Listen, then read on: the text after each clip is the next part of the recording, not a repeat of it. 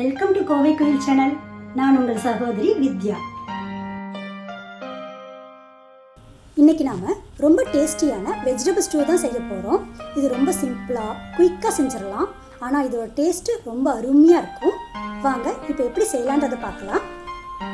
Vegetable ஸ்டூ செய்ய தேவையான பொருட்கள்: 100 கிராம் கேரட், 100 கிராம் பீன்ஸ், ஒரு 150 கிராம் பொட்டேட்டோ எல்லாத்தையும் பொடியாக கட் பண்ணிக்கணும். 4 பச்சை மிளகாய், ஒரு சின்ன துண்டு இஞ்சியை துருவி எடுத்து வச்சுக்கோங்க, ஒரு கொத்து கருவேப்பிலை.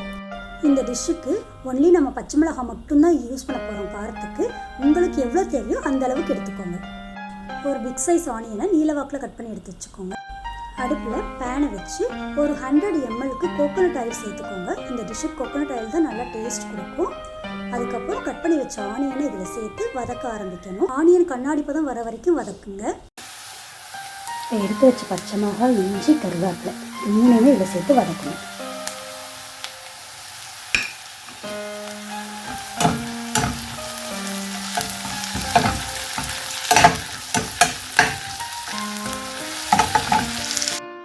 இது கூடவே நம்ம எடுத்து வச்ச எல்லா காய்கறிகளையும் ஒன்றா சேர்த்து ஒரு 5 நிமிஷம் வதக்கணும்.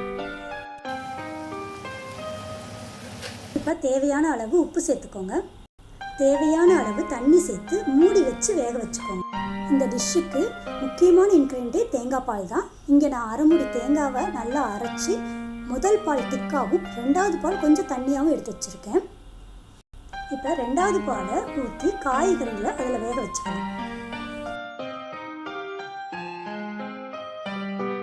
தேங்காய் பால் தெரியாமல் இருக்கிறதுக்கும் இந்த வெஜிடபிள் ஸ்டூ திக்காகிறதுக்கும் 1 ஸ்பூன் கார்ன்ஃப்ளவர் மாவை கொஞ்சம் தண்ணியில் கலந்து அதை ஊற்றி நல்லா கொதிக்க விடணும். இப்போ நல்லா கொதிச்சு ஸ்டூ ரெடி ஆயிடுச்சு.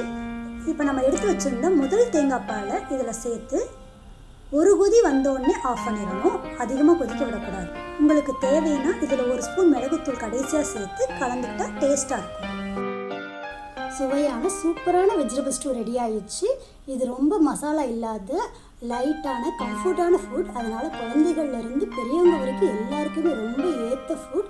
இது ஆப்பம், இடியாப்பம், ப்ரெட் இது எல்லாத்துக்குமே ஏற்ற சூப்பரான ஒரு சைட் டிஷ். இதை கண்டிப்பாக உங்கள் வீட்டில் ட்ரை பண்ணி உங்களோட கமெண்ட்ஸை எங்களுக்கு ஷேர் பண்ணுங்கள். தேங்க்ஸ் ஃபார் வாட்சிங். மீண்டும் சந்திப்போம்.